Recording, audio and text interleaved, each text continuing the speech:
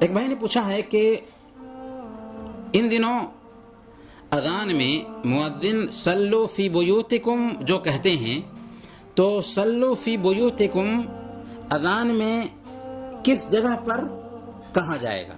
سوال بہت اہم ہے، اور خاص طور پر ان دنوں چونکہ اس طرح کا اعلان ہوتا ہے تو اس کو سمجھنا بھی چاہیے۔ دیکھیں، اس حوالے سے علماء کرام کے 3 اقوال ہیں۔ پہلا قول یہ ہے کہ صلو فی بیوتکم یہ اذان کے بعد کہا جائے گا، یعنی جب اذان مکمل ہو جائے تو 2 مرتبہ مؤذن صلو فی بیوتکم صلو فی بیوتکم کہیں گے۔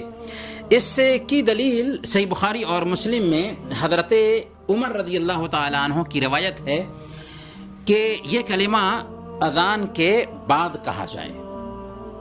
دوسرا قول یہ ہے کہ یہ کلمہ حی علی الصلاۃ کے بعد کہا جائے، حی علی الصلاۃ، حی علی الصلاۃ کے بعد صلو فی بیوتکم کہا جائے۔ اور اس کی دلیل صحیح بخاری اور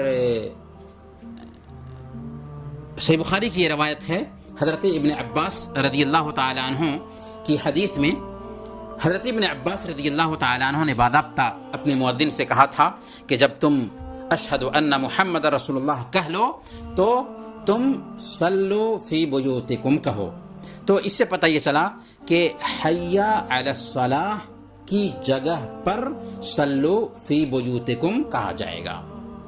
ایک تیسرا قول یہ ہے کہ حی علی الصلاۃ اور حی علی الفلاح کے بعد صلو فی بیوتکم کا اضافہ کیا جائے گا، اور اس کی دلیل سنن نسائی کی ایک حدیث ہے جس سے استدلال کیا گیا ہے۔ یہ 3 اقوال ہوئے۔ پہلا قول یہ ہوا کہ اذان کے بعد صلو فی بیوتکم کہا جائے گا۔ دوسرا قول یہ ہوا کہ حی علی الصلاۃ کی جگہ پر کہا جائے گا، اور تیسرا قول یہ ہوا کہ حی علی الصلاۃ حی علی الفلاح کہنے کے بعد صلو فی بیوتکم کہا جائے گا۔ یہ 3 اقوال ہیں، اور ان 3 اقوال میں مؤذنین کے لیے وسعت اور گنجائش ہے، جسے چاہیں اختیار کریں، تینوں میں سے کسی ایک کو بھی اختیار کیا جا سکتا ہے، کوئی مسئلہ نہیں۔ اذان میں جب صلو فی بیوتکم کا اعلان ہو تو ہمیں اس لفظ کو سن کر کے جواب کے طور پر کیا کہنا چاہیے؟ تو یاد رکھیں کہ جب مؤذن صلو فی بیوتکم کہے تو اس کے جواب میں اذان سننے والے کو لا حول ولا قوت الا باللہ کہنا چاہیے۔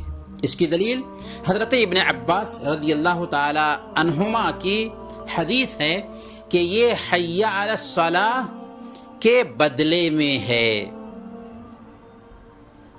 اور ظاہر سی بات ہے کہ جب حی علی الصلاۃ کے بدلے میں ہے اور حی علی الصلاۃ جب مؤذن کہتا ہے تو ہم کہتے ہیں لا حول ولا قوت الا باللہ، تو ویسے ہی جب مؤذن صلو فی بیوتکم کہیں گے تو ہم کہیں گے لا حول ولا قوت الا باللہ۔